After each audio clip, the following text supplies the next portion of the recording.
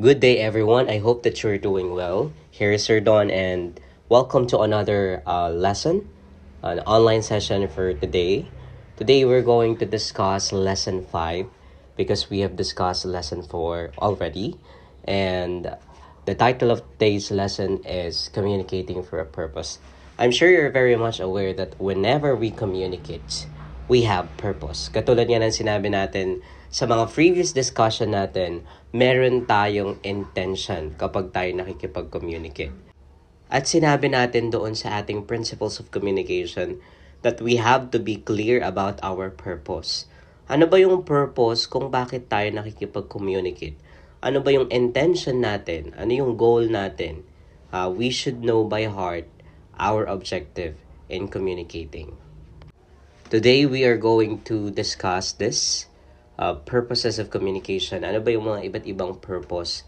Bakit tayo nakikipag-communicate? Now, let's read the learning targets or the objectives of today's lesson. Since our lesson is communicating for a purpose, at the end of this module, you are geared, or you as students will be able to analyze different purposes of communication. So, i-analyze natin ano-ano ba itong mga purposes of communication na ito. You will demonstrate also an understanding of the purposes of communication by writing sentences for each purpose. Later on, you will be having that activity.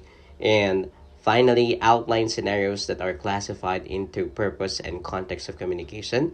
So I will be giving scenarios later, and then you will identify by answering in your modules or in a yellow pad paper sa activity ninyo kung ano yung dinipict na purpose and context ng communication dun sa binigay na scenario. So I will be briefing you on the activities later.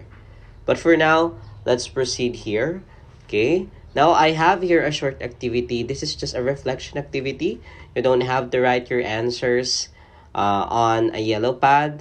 Pero pwede nyo namang bilugan or pwedeng sa isip nyo na lamang. No? It's not included doon sa gigradean. No? At this point, let's read. The point of communication is to transfer information from one person to another, which is correct. That is one definition of communication because when we communicate, tina-transfer or sinisend natin yung informasyon na gusto nating iparating doon sa tao na gusto nating makareceive ng message na iyon. This information or message along with the intention or purpose of sending the message are central to the process of communication. Katulad ng sinabi natin kanina, dapat alam natin yung intensyon at yung purpose ng pakikipag-usap natin or pagsisend natin ng mensahe. For today's lesson, we will introduce the different purposes of communication, and I want to assess again kung gaano na ba kalalim yung pagkakaintindi nyo dito bago tayo mag-start. I want you to rate yourselves by these three sentences. Number 1, I already know the lesson. Kung alam mo na marahil yung lesson natin for today, you may encircle that. Number 2, I know some parts but not all. And number 3, I am new to the lesson. If you already know the lesson, sabi nga dito, okay lang yon kasi magsaserve ito as a review. Baka may nakakalimutan ka ng mga parte ng lesson na ito. I know some parts but not all. If that's the case, you already know some parts of it but not all, then let us discover ano pa yung mga iba-ibang purposes. Let's discover together. And if you're just new here, okay, you don't need to worry because we will be learning together. Let's start our lesson for today. Okay? For reference, purposive communication is about writing, speaking, and presenting to different audiences and for various purposes.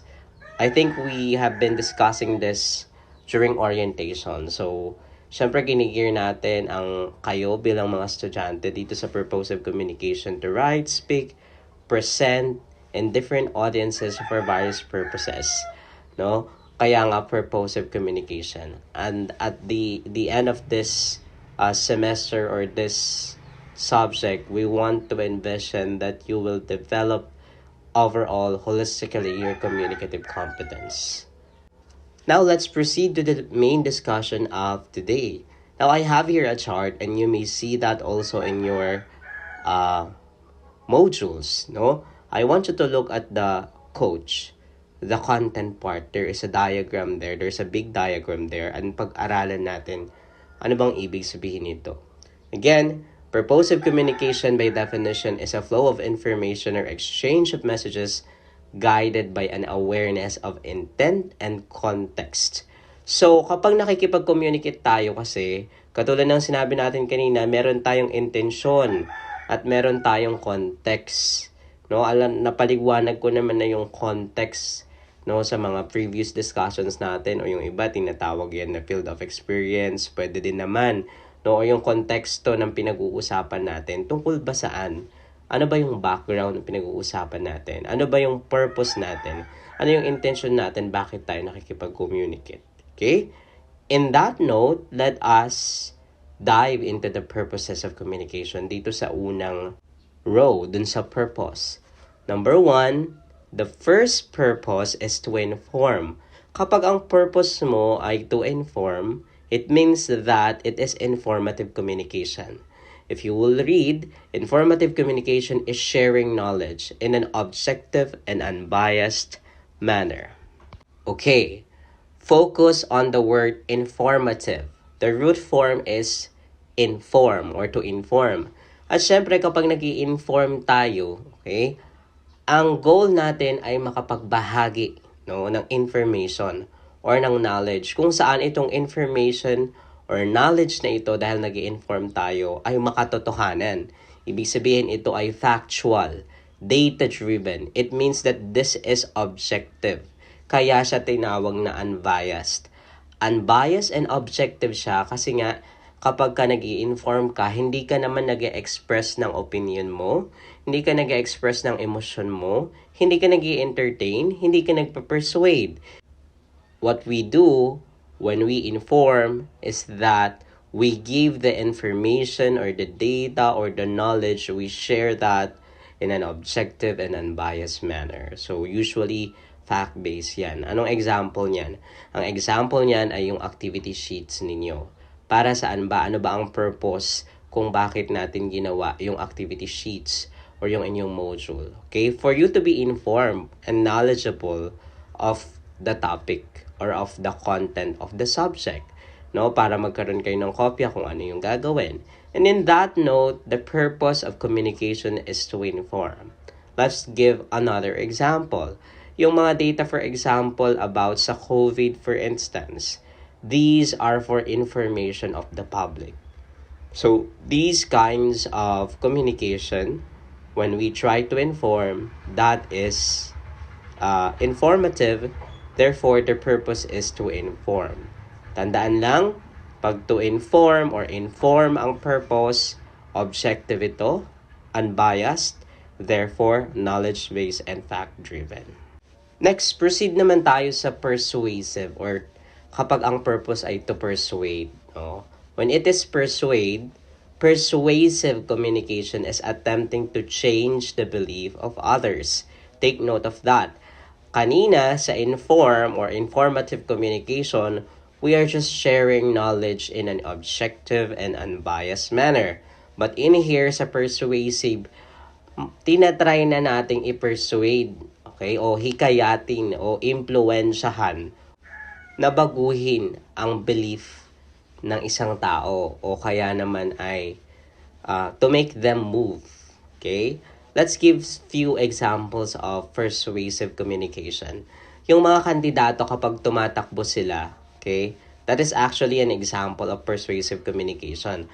Ano yung purpose nila? Ang purpose nila ay i-persuade ka or hikayatin ka na iboto sila. Okay? So, that is persuasive, no? Because they are persuading you to vote for them, no? They are attempting to persuade you so that you will vote for them. Another, no? Wag na tayong lumayo. No, yung mga nakikita ninyong video, it's a form of communication, right? I know you can tell. No? Mga TikTok videos, no? Sa TikTok videos, sabi doon, halimbawa, nag-scroll ka lang naman, ala ka namang intention na bumili ng skincare. Pero may nakita ka, and then sabi doon na in 3 days, puputi ka daw, at saka daw, nakaka-increase daw ito ng collagen production, at saka daw, nakaka-plump ito ng skin, nakaka-fade ng dark spots. Ngayon, na-trigger yung excitement or yung interest mo. And then, ang ginawa mo, pumunta ka doon sa pinaka-basket and then clinic mo yung product and then tinignan mo yung reviews, ang daming reviews na magaganda, 5/5 yung review, over 20,000 na yung nasold, napabili ka tuloy. Okay? That is actually persuasive communication. O bigyan pa natin ng mas simpleng example. Kapag kinakausap mo na lang si mami o si daddy mo o si nanay at si tatay mo, nagpapaalam kang mag-overnight. Okay, 'di ba? Nag-justify mo yung reason kung bakit dapat kang payagang mag-overnight, right? So, you are somewhat persuading them. That's your purpose, para payagan kang mag-overnight. So, that is a persuasive communication by purpose. Okay, at this point of time, if you have questions, feel free to ask me in the GC and I'll be very happy to assist you. Let's proceed. Ano naman kapag purpose ay narrative or to narrate? Narrative communication is sharing a sequence of events, usually to tell how a problematic situation is resolved. Araw-araw actually natin itong ginagawa, itong narrative communication. Sabi dito, pag nag-narrate daw tayo, okay, nag-share tayo, nagbabahagi tayo ng sequence of events. Pag sinabi natin sequence of events, ito yung sunod-sunod na pangyayari. Therefore, when we do narrative communication, nagkikwento tayo. Okay? So, yun yung narrative communication. Again, when you say narrative communication, we share a sequence of events. Let's give an example. Di ba kapag nag-open tayo sa kaibigan natin kung ano yung nangyari sa buong araw natin at kung hindi man maganda yung naging araw natin at nag-open tayo dun sa special someone natin, di ba ang ginagawa natin? Narrative communication. Because we are narrating the sequence of events kasi kinikwento mo yan sa kanya ng order, ng may sequence, ng chronological. Kasi kapag hindi chronological at patalon-talon yung pagkikwento mo, hindi ka maiintindihan. No, we are violating the principle of communication na dapat concise and dapat kompleto. So usually, when you narrate, you share sequence of chronological events to tell, usually, hindi naman lagi, how a problematic situation is resolved. Pwede rin namang kung anong nangyari sa araw mo, etc., etc. Okay? So, we usually do this when we share something. That is for narrative communication. Next, another purpose is to express emotion. So, syempre, pag sinabi nating affective, okay, it's something that is related to emotion. Okay? So, express emotion. Effective communication is sharing positive or negative feelings. They take note of that. Positive or negative feelings about opinions, about things, events, ideas of oneself and others. Basically, when we are expressing emotion, nag-express tayo ng emosyon. Kapag galit tayo, kapag masaya tayo, okay, we're sharing that. And that is under expressing emotion by purpose in purposive communication. Tandaan lang natin na kapag express emotion or affective communication, it concerns with the expression kung ano yung nafe-feel mo, okay? The expression of our feelings. Another purpose is to entertain and create. Pag entertain and create naman as a purpose, this pertains to the imaginative communication of making up ideas and stories. Magkaiba yung narrative, sa entertain and create. Sa narrative communication kasi, nagkikwento tayo ng sequence of events. Dito, nagkikwento rin tayo pero in the imaginative context. Katulad halimbawa ng mga binabasa nating novel, okay? Yung mga binabasa nating e-books, Wattpads, and mangas for instance.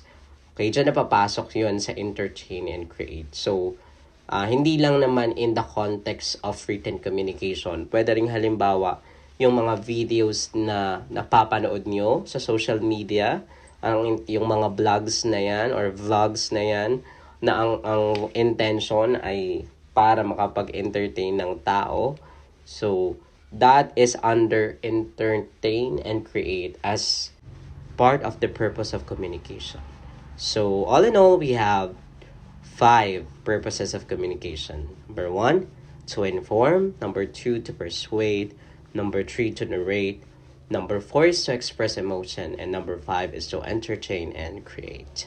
If you have questions so far, again, do not hesitate to chat in our group chat. Okay?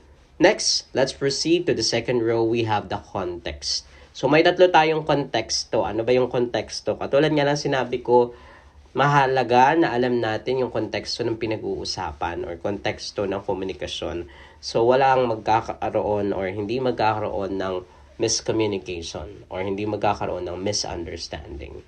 Okay, meron tayong tatlong konteksto. We have personal, academic, and business.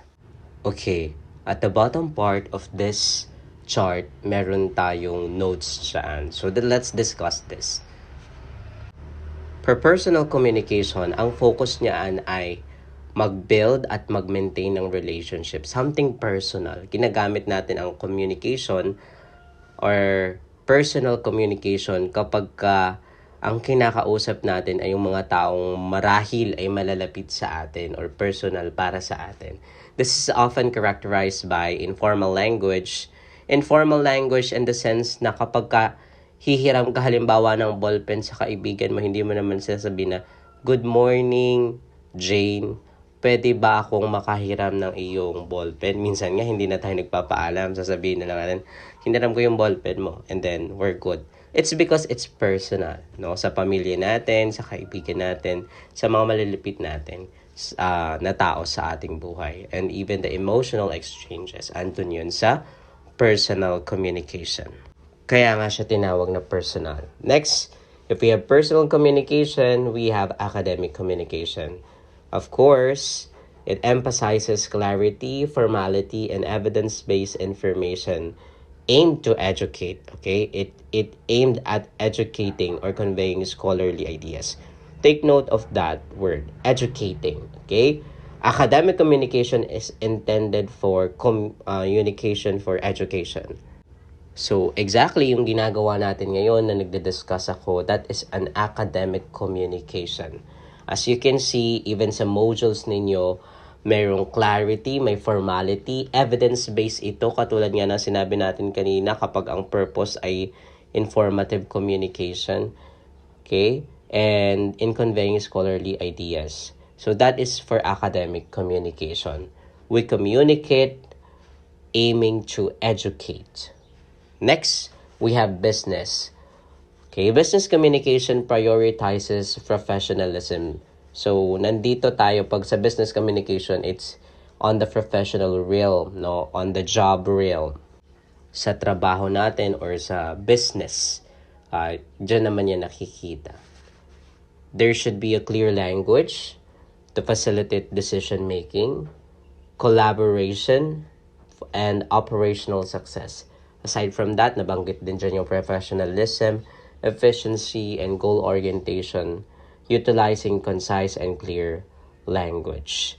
Dapat din maging aware tayo sa contextual differences, which is crucial and effective in communication and maintaining appropriate communication sa business communication. So, syempre, ang mga examples niyan under business ay halimbawa kung nagtatrabaho na tayo at gumagawa tayo halimbawa ng project proposals, ng mga memorandums, ng mga business letters, these are under business communication. Kaya nga dapat alam natin yung contextual differences kasi bawat trabaho or bawat business ay iba-iba naman ng konteksto, iba-iba naman ng background.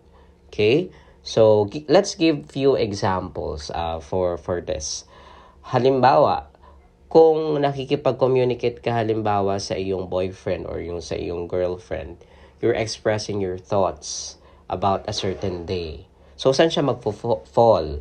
Okay, personal ba, academic, or business?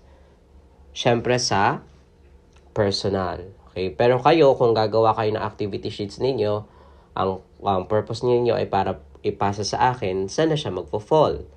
It will fall under academic communication.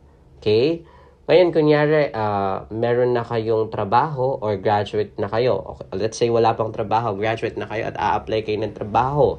Okay? Magpe-prepare kayo ng mga documents like for example, yung mga resume, cover letter, application letter, or kung nasa business na kayo or nasa profession na kayo, for example, yung ginagawa halimbawa ninyo, magsasubmit kayo ng project proposals, ng mga memorandum, mag-receive kayo or gagawa kayo, etc. etc. So that is under business communication. Okay? Kung babalikan ninyo sa third row, meron tayong skill. Of course, we have verbal and non-verbal skills which are very important as we deliver the communication. Kasi nga, sinasabi natin na mahalaga itong mga bagay na ito para makapag-communicate tayo ng tama at appropriate. For verbal communication, you have, or verbal skills rather, you have listening comprehension, reading comprehension, oral expression, and written expression. So, syempre, kailangan nating marunong tayo or naiintindihan natin, nako-comprehend natin yung pinapakinggan natin. Marunong tayong makinig, no? Marunong din tayong umintindi sa binabasa natin, that's reading comprehension. Marunong din tayo makapag-express kung anong gusto nating sabihin, that is also oral expression. And also, kaya din natin kapag written naman, or that is written expression. Okay, pag sinulat. Next, for non-verbal skills, you have volume, tone, postures, facial expressions, gestures and appearance, space, and multimedia. Katulad ng mga dinidiscuss natin before, itong mga bagay na ito ay nakaka-apekto sa deliverance ng ating or dun sa mensahe or sa intended message ng ating mga messages kapag tayo nakikipag-communicate. So that's it for our discussion. We have discussed the purposes, no? For purposive communication, which is a flow of information of exchange guided by an awareness of intent and context. For purposes, we've discussed 5. Inform, persuade, narrate, express emotion, entertain, and create. For context, we have 3. Personal, academic, and business. And for skills, of course, you have verbal and nonverbal skills, which are all needed to facilitate and to transact and to communicate properly and appropriately. Now, I have here your activities. You just have 2 activities for today. Number 1 is the B.2 skill building activity. So, meron ditong mga nawawalang parts ng table. So, din-discuss natin ito lahat. So, ano bang ibig sabihin kapag informative, pag persuasive, narrative, effective, at saka imaginative. And magbibigay kayo ng sample sentence. Next is the check for understanding. So, may given statements or scenarios dyan. Kung babalikan ninyo yung objective or yung learning target natin kanina, i-identify nyo yung purpose ng given scenario at yung konteksto ng binigay na scenario or na statement. So all in all, we have discussed the purposes of communication. Thank you so much. Again, this has been Sir Don. If you have questions, feel free to ask me in the GC. And that's it for today. I hope you learned something and have a great day. Thank you so much.